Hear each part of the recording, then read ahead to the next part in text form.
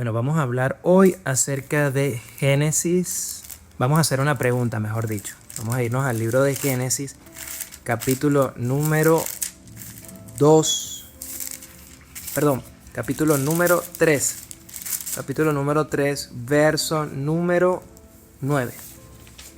Génesis, capítulo número 3, verso número 9. Y esta es una pregunta que Dios le hace a Adán y es una pregunta que les voy a hacer a ustedes y a todo el que escucha esta grabación, ¿verdad? Vamos a leer Génesis capítulo número 3, verso número 9.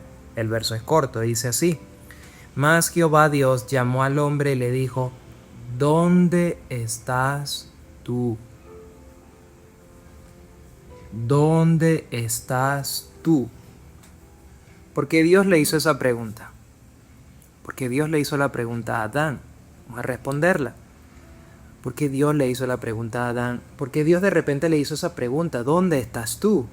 ¿Qué había pasado para que Adán recibiera esa pregunta? ¿Dónde estás? Normalmente cuando nosotros llamamos a alguien y le preguntamos ¿dónde está?, ¿qué dice la persona? Estoy aquí en Garzón, estoy aquí en la playa, estoy aquí en la montaña, estoy aquí en el hospital, estoy aquí en el trabajo, estoy en un lugar, ¿verdad? Pero ¿por qué Dios le preguntó ¿dónde estás tú? Para nosotros poder entender esta pregunta, nosotros tenemos que de una vez y para siempre entender algo. Esto lo vamos a entender hoy mismo de una vez y para siempre. La manera en la que Dios ve es totalmente diferente a la manera en la que nosotros vemos. Naturalmente, si nosotros le hacemos una pregunta a alguien, ¿dónde estás?, ¿qué va a decir la persona? Estoy en la cocina haciendo unas arepas. Pero cuando Dios pregunta, Dios está hablando de manera espiritual. En el libro de Juan, capítulo 4, dice que Dios es espíritu. Entonces, toda la Biblia es espiritual. Y esta pregunta, ¿dónde estás tú?, es una pregunta espiritual. Totalmente, porque está saliendo de la boca de Dios, que Dios es espíritu. Si nosotros leemos el pasaje del libro de capítulo 3, nosotros nos vamos a dar cuenta que Eva es engañada por Satanás al decirle que de cierto no morirás. Y cuando Eva se ve que no está muerta, dijo, pero yo no estoy muerta. Y le dijo al marido, pero mira, tú te das cuenta que yo no estoy muerta, come. ¿Cuál fue el fruto que la mujer le pasó al hombre y cuál fue el fruto que la mujer comió? ¿Quieren saberlo? Es la incredulidad. El corazón de Satanás pasó al de la mujer. Ese fue el fruto que el hombre y la mujer comieron. La incredulidad. El corazón de Satanás pasó al hombre. Primeramente pasó a la mujer y la mujer le dio a comer. Le dio la incredulidad. ¿Qué es pecado? Pecado no es matar, robar, mentir, hurtar, adulterar. Eso no es pecado. Pecado es no creer. Pecado es estar destituido de la gloria de Dios. ¿Y por qué el hombre quedó destituido de la gloria de Dios? Según como dice Romanos capítulo 3, verso 23. Por cuanto todos pecaron, están destituidos de la gloria de Dios. ¿Qué es pecado? El pecado es la incredulidad. ¿Cómo sabemos que eso es verdad? Vamos a verlo. Eso está en el libro de Juan, capítulo,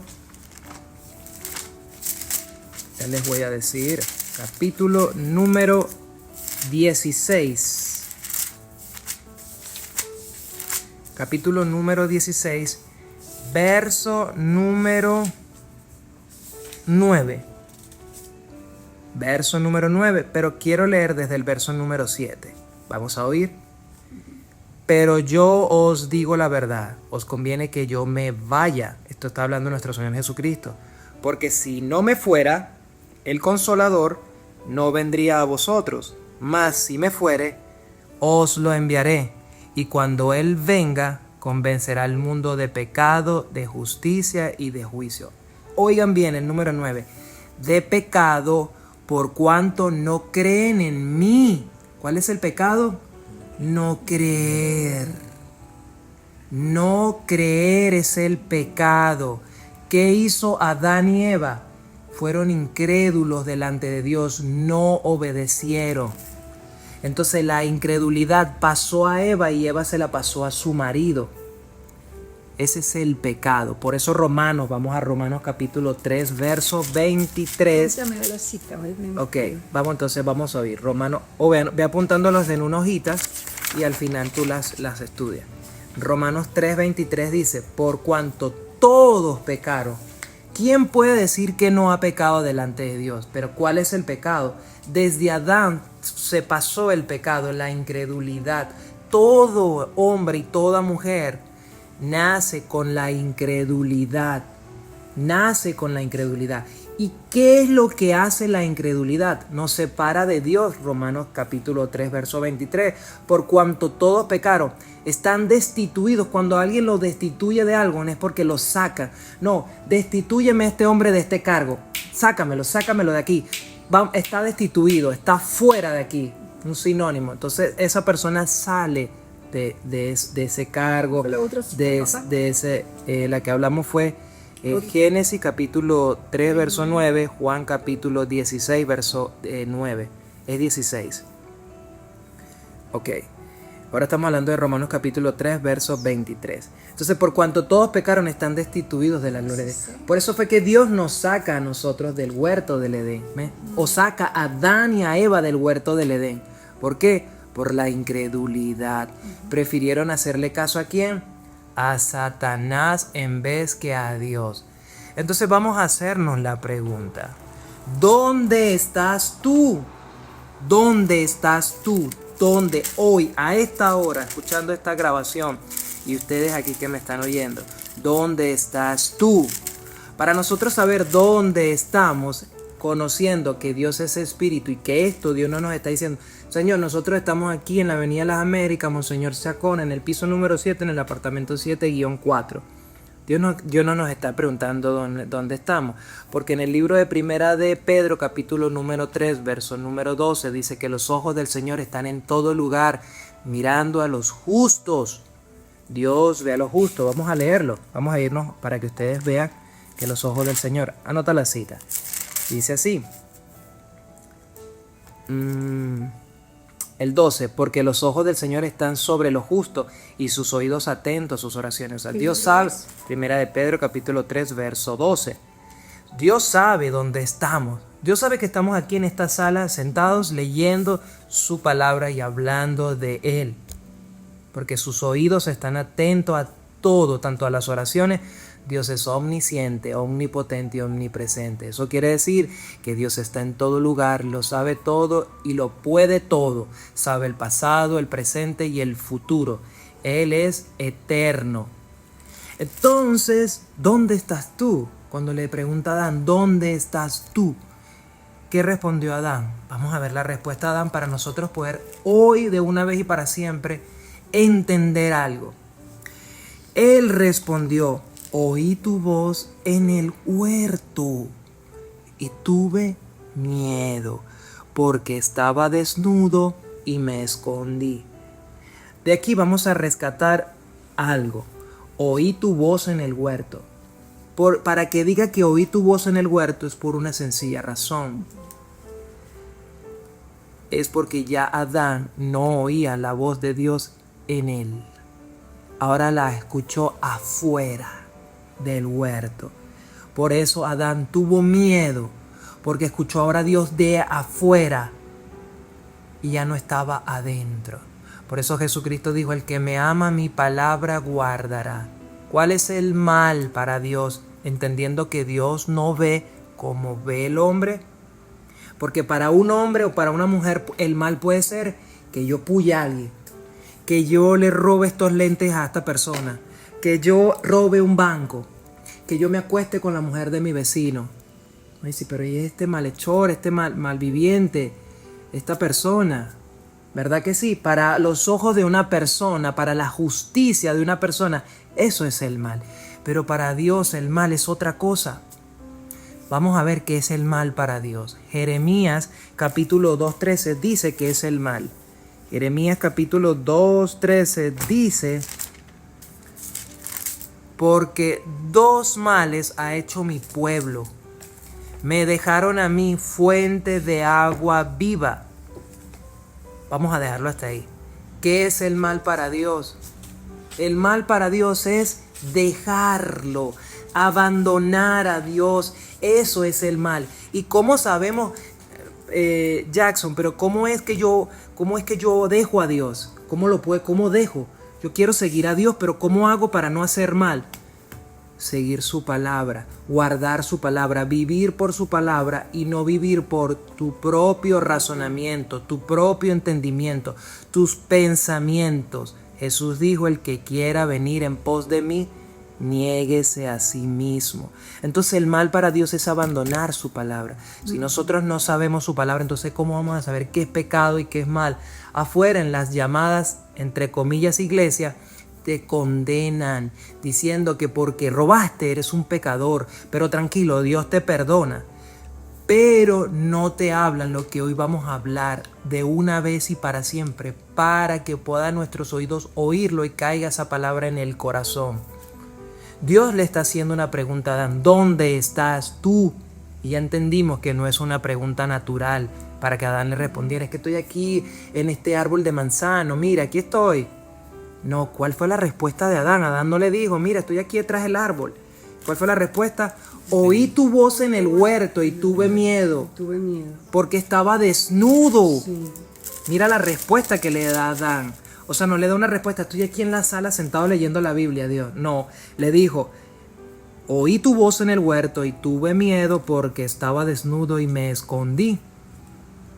Entonces, para nosotros saber dónde estamos, necesitamos comprender qué vino a hacer nuestro Señor Jesucristo, para Él posicionarnos ahora en un lugar, constituirnos ahora nuevamente.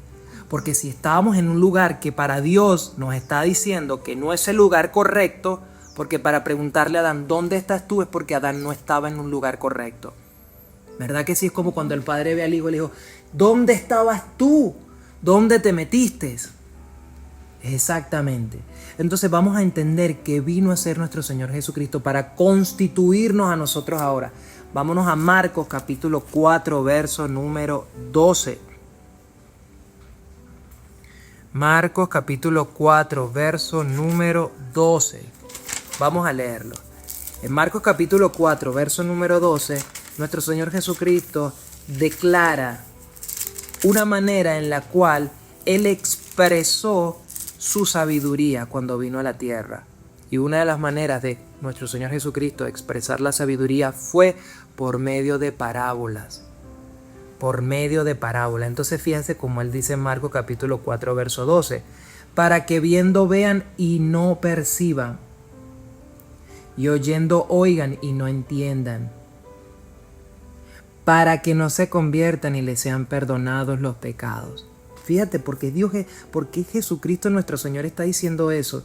Él declara su sabiduría por medio de parábolas y expresó muchas cosas que incluso Juan dijo que si se escribieran no hubiese una biblioteca donde guardar tanta información de Cristo.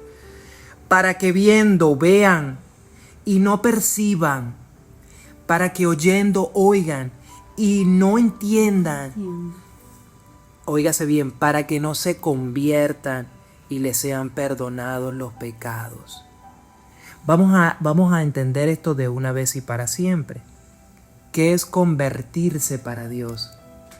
¿Qué significa la palabra convertirse para Dios? Vámonos al libro de Hechos, capítulo 26, verso 18. Hechos 26, 18. ¿Cómo dice? Para que abra sus ojos, para que se conviertan de las tinieblas a la luz y de la potestad de Satanás a Dios. Vamos a darlo ahí ahorita vamos a seguir. No hemos terminado el verso. Cuando Dios le hace la pregunta a Adán: ¿dónde está?, era porque Dios sabía que Adán estaba en tinieblas. Ya había pecado, ya se había entenebrecido, porque la respuesta que le dio fue: y tuve miedo. Los que viven en miedo viven en tinieblas. Por eso en el libro de Primera de Juan, capítulo 4, verso 18 dice: en el amor no hay temor. ¿Cuál es el temor del hombre? Es la condenación. En el amor no hay temor, sino que el perfecto amor echa fuera el miedo, porque el que teme no ha sido instruido en el amor. Y esto que estamos hablando ahorita es una instrucción del amor de Dios. Y vamos a terminar el verso para que veamos el amor de Dios. Y dice, voy a leerlo de nuevo, para que abra sus ojos, para que se conviertan de las tinieblas a la luz y de la potestad de Satanás a Dios, para que reciban por la fe que es en mí perdón de pecados y herencia entre los santificados. ¿Cuál es la única manera ahora de posicionarnos, de salir de ese ¿dónde estás tú? Ahora a volvernos a Dios, de poder convertirnos ahora nuevamente como hijos, como dice el libro de Juan capítulo 1:12, mas a todos los que le recibieron, a todos los que creen en su nombre, le dio la potestad de ser hechos hijos de Dios. ¿Quiénes son los que creen en Jesús? Porque muchas iglesias creen en Jesús, pero todavía no creen que Dios perdonó sus pecados, todavía se sienten condenados por el pecado. Todavía no han creído que Jesús perdonó todos sus pecados. Entonces, para que reciban por la fe que es en mí, en nuestro Señor Jesucristo, perdón de pecados y herencia entre los santificados. O sea, la vida eterna. La vida eterna. Ahora pasan a la vida. Ya no están en la potestad de las tinieblas, o sea, de Satanás, sino ahora Dios por medio de Jesucristo nos rescata. El nombre de Jesús es Salvador de los pecados. Eso lo dice el libro de Mateo capítulo 1, verso 22. Si más no me equivoco. Vamos a ver. Verso, ya les voy a decir que me metí en Marcos.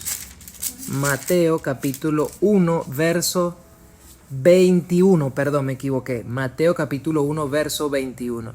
Y dará a luz un hijo y llamará su nombre Jesús, porque él salvará a su pueblo de sus pecados. Ahí se está definiendo. Los nombres tienen una definición, tienen proféticamente lo que el nombre significa, lo que viene a ser aquí en la tierra. Y Jesús venía a salvarnos de los pecados. Él es el salvador de los pecados. Entonces, ¿qué es lo que está queriendo decir Dios? Debemos hacernos la pregunta hoy. ¿Dónde estoy? ¿Dónde estoy hoy? ¿Yo estoy en la luz? ¿Estoy en las tinieblas o estoy en la luz? ¿Dónde estoy yo? Si yo estoy en las tinieblas es porque todavía no he creído por la fe que es en nuestro Señor Jesucristo que Él perdonó todos mis pecados. Si ustedes todavía no creen en el perdón de los pecados, ¿dónde están ustedes? Les pregunto, ¿dónde están? Entonces es importante que hoy ustedes reciban por la fe que es en nuestro Señor Jesucristo perdón de los pecados. Jesús perdonó todos nuestros pecados. El que no conoció pecado lo hizo pecado en él para que la justicia de Dios, vamos a leerlo en 2 Corintios capítulo 5, 21. No lo busquen, yo lo leo acá. 2 Corintios capítulo 5, 21 dice, es 1 Corintios capítulo 5 verso 21. Dice así, de la siguiente manera. Déjenme un momento. Ya va. No, aquí está, ya va. Aquí está. 2 Corintios 5, 21. Al que no conoció pecado, por nosotros lo hizo pecado, para que fuésemos hechos justicia de Dios en él. Dios no tiene relación con el pecado. Dios es luz, Dios es santo, Dios es justo. Dios no tiene relación con el pecado. Entonces, ¿cómo nos hacemos justos? ¿Cómo pasamos ahora a ser justos? Vamos a leer el libro de Juan capítulo 16 verso número 9. Ahorita estuvimos ahí para nosotros comprender. ¿verdad? Para ir cerrando esto que estamos hablando. Dice en el libro de Juan capítulo 16, verso 9, de pecado, ¿verdad? No habíamos leído, pero yo os digo la verdad, os conviene que yo me vaya, porque si no me fuere, el Consolador no vendrá a vosotros, mas si me fuere, os lo enviaré. Y cuando Él venga, convencerá al mundo de pecado, de justicia y de juicio. Vamos a ver, de pecado, por cuanto no creen en mí. ¿Cuál es el pecado? No creer en que nuestro Señor Jesucristo perdonó nuestros pecados. Ese va a ser el pecado. La gente se va a ver condenada. Y dice el libro de Primera de Juan, y se avergonzarán. Se avergonzarán. Ahora sigue diciendo el número 10, de justicia, por cuanto voy al Padre y no me veréis más. ¿Por qué? Porque el Espíritu Santo, al convencernos de pecado, yo estoy separado de Dios, yo verdaderamente he venido haciendo el mal, he estado guiado por mis propios pensamientos, yo he estado haciendo mi propia voluntad, yo no he seguido a Dios, yo no he seguido su palabra, yo no la he creído, yo verdaderamente estoy muerto, porque la palabra de Dios dice, viene la hora, dice, de cierto os digo, viene la hora, y ahora es donde los muertos oirán la voz de Dios, y el que la oyere vivirá. ¿Cómo se puede vivir? Dice la Escritura en Romanos capítulo 1, verso 17. En el Evangelio, la justicia de Dios se revela por fe y para fe, como está escrito, mas el justo por la fe vivirá. ¿Cómo vivimos? Por medio de la fe. ¿Y cómo se revela la fe? ¿Cómo se revela la justicia de Dios? Por medio de la fe en el Evangelio. ¿Y qué es el Evangelio? El Evangelio es, como dice en el libro de Primera de Corintios, capítulo 15, verso 3, que Cristo murió por nuestros pecados conforme a la Escritura. Seguimos en el número 11 del capítulo 16 de Juan. Y de juicio, por cuanto el príncipe de este mundo ha sido ya juzgado. ¿Quiénes son los que se van con Satanás? Porque ese es el juicio que se le dictaminó a Satanás ahora. Los que no creyeron a la obra de nuestro Señor Jesucristo, el Evangelio. Por eso Cristo en el libro de Marcos capítulo 1, verso 15, dice, creed en el Evangelio. Arrepentíos, porque el reino de los cielos se ha acercado. El tiempo se ha cumplido. ¿Verdad? Marcos capítulo 1, verso 15 dice, el tiempo se ha cumplido. Cuando nuestro Señor Jesucristo está diciendo esto es porque ya todo lo que la palabra de Dios dice ya se cumplió. Ya esto está hecho. Por eso dijo en la cruz, consumado es. Ya Él pagó completo. Completa la obra está. Para el que cree, todo le es posible, y para el que cree tiene vida eterna. Ahorita lo vamos a leer. Entonces el tiempo se ha cumplido y el reino de Dios se ha acercado. Creed en el Evangelio. Y creed en el Evangelio. Ahí hay una I. Arrepentidos, perdón, es verdad. El tiempo se ha cumplido y el reino de Dios se ha acercado. Arrepentidos y creed en el Evangelio. ¿Qué es arrepentirse? Arrepentirse es dejar de seguir los pensamientos de que yo sí será, o no, eso que lo que Dios dice eso no es, o seguir los pensamientos de cada quien. Cuando se arrepiente y uno se da cuenta, como dijo David, soy malo, en pecado me concibió mi madre, es porque Dios, ahí le estás demostrando a Dios que tú necesitas ser salvado. Necesitas ser salvado. No tener, hay que estar muerto, estar medio muerto. Y cuando una persona está muerta, clama, Señor, verdaderamente necesito de tu salvación. Yo no puedo, Señor, yo estoy muerto. Yo necesito de la vida.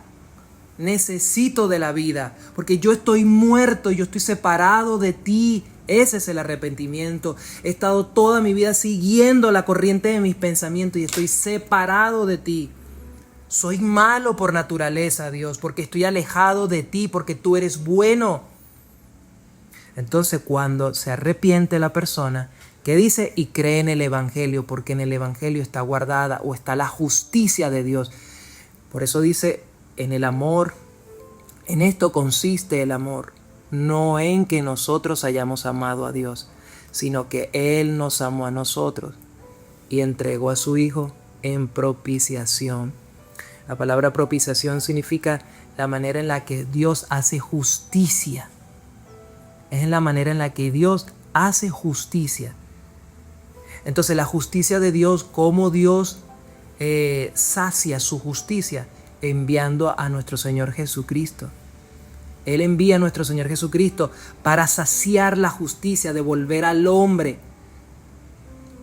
Ahora, ¿qué va a pasar con el hombre que no crea? Lo leímos en el verso número 11. Se va igual con Satanás. Estaba muerto, vivió toda su vida, creyó que vivió, celebró 24, 31, el Día del Rey, el día de los que celebra el mundo, las brujas, carnaval, los cumpleaños, vivió su vida, trabajó, tuvo hijos y tal, pero estuvo muerto. Estuvo muerto porque el engaño de Satanás fue: de cierto no morirás. Y el hombre murió, pero el hombre cree que está vivo, pero espiritualmente está muerto. Eso lo dice el libro de Isaías capítulo 6, verso 5. Isaías se vio muerto, dijo: estoy muerto, viviendo en un pueblo de labios inmundo, y yo siendo de labios inmundos. ¿Lo quieren ver? Isaías capítulo 6, vamos a leerlo. Isaías capítulo 6, verso 5, dice: entonces dije, ¡ay de mí, que soy muerto!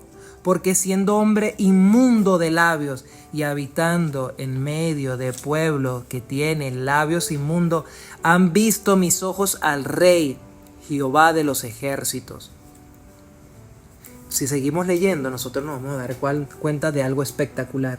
Fíjate que él declara lo que eso es arrepentirse. Estoy muerto, yo estoy muerto y soy de labios inmundos. ¿Qué es ser de labios inmundos, familia? Ser de labios inmundos es decir lo opuesto, lo contrario a lo que la palabra de Dios dice. Eso es ser de labios inmundos. Entonces una persona cuando habla desde su punto de vista, de su parecer, yo creo, yo opino, yo veo a Dios de esta manera. El hombre ha humanizado a Dios a su entendimiento, pero está separado de Dios porque no lo conoce. Por eso cuando nuestro Señor Jesucristo venga, va a decir: apartaos de mí, hacedor de maldad. Y ya aprendimos que es hacer mal. Hacedor de maldad. No te conozco, no te conozco. Por eso se van a sentir avergonzados. Entonces fíjate lo que sigue diciendo: y volvió hacia mí uno de los serafines, teniendo en su mano un carbón encendido, tomando del altar con unas tenazas, y tocando con él sobre mi boca. He aquí que esto tocó tus labios, y es quitada tu culpa, y limpio tu pecado, fue perdonado. ¿Ves? Porque hubo un arrepentimiento, se dio cuenta: pero Señor, yo toda la vida lo que he hecho es hablar mal. Yo he estado creyendo que te amo porque digo Dios con mi boca, pero yo estoy separado tuyo. Yo he estado alejado toda mi vida. Tengo 20 años en la iglesia y de verdad me he sentido condenado por el pecado muchas veces y no he sido limpio completo. No he recibido el gozo ni la paz que produce la salvación. Entonces aquí está. Entonces, ¿dónde estás tú hoy en día? ¿Dónde estás tú? ¿Estás con Satanás o estás con Dios? Si estás con Dios, cree hoy de una vez que Jesús perdonó todos tus pecados por la fe. La fe viene por el oír y el oír la palabra de Dios. Esto es el Evangelio. El Evangelio es una buena noticia que nos trae la vida eterna. Vamos a leerlo y cerramos con esta cita bíblica. Juan capítulo 6, verso 40. Esta es la voluntad de Dios. Y esta es la voluntad del que me ha enviado, que todo aquel que ve al Hijo y cree en Él, tenga vida eterna, y yo lo resucitaré en el día postrero. Entonces, esta es la voluntad de Dios. ¿Cuál es? Que todo aquel que ve al Hijo. ¿Dónde vamos a ver al Hijo? En su palabra. En su palabra lo vamos a ver, porque Él dijo: mis palabras son vida y son espíritu. Lo vamos a ver aquí. Cuando lo vemos, ahora dice: y creed ¿No te he dicho que si crees verás la gloria de Dios? Entonces creamos a la obra de nuestro Señor Jesucristo. Él perdonó nuestros pecados. Ustedes pueden oírme, me están entendiendo ahorita porque estamos hablando un mismo idioma. Pero ahora deben creerlo con el corazón. Con el corazón. Esta semilla debe caer en tierra, a la buena tierra. Después leemos las 4 tierras. La buena tierra es, voy a adelantarme, el corazón. Cuando esa semilla cae en el corazón, produce fruto al 30, al 60 y al 100 por uno. Entonces, ¿dónde estás tú? Para que abra sus ojos, para que se conviertan de las tinieblas a la luz y de la potestad de Satanás a Dios, para que reciban por la fe que es en mí perdón de los pecados y herencia entre los santificados. Y esta es la voluntad del que me ha enviado, que todo aquel que vea al Hijo y crea en Él tenga vida eterna, y yo le resucite en el día postrero. Vamos a orar. Padre Santo, Padre bueno, en esta hora venimos delante de tu presencia. Tus palabras han sido declaradas, Padre, y yo te pido que esto que nosotros hablamos, el que haya escuchado, porque tu palabra dice en el libro de Juan: de cierto os digo, la hora viene y ahora es, donde los muertos oirán la voz de Dios, y el que la oyere vivirá. Tu palabra dice que sabemos que ahora, mas el justo por la fe vivirá. En el libro de Hechos capítulo 26 verso 18 dice: para que abra sus ojos, para que se conviertan de las tinieblas a la luz y de la potestad de Satanás a Dios, para que reciban por la fe que es en mí perdón de los pecados y herencia entre los santificados. Padre, ten misericordia de todos los que están oyendo esta palabra, y que tu salvación los alcance, Padre, porque esta es tu voluntad, que todo aquel que vea al Hijo y crea en Él tenga vida eterna, y tú lo resucites en el día postrero. Padre, pongo esto delante de ti, orando y dándote muchísimas gracias por permitirme y poder compartir tu palabra. En el nombre de Jesús. Amén. Amén.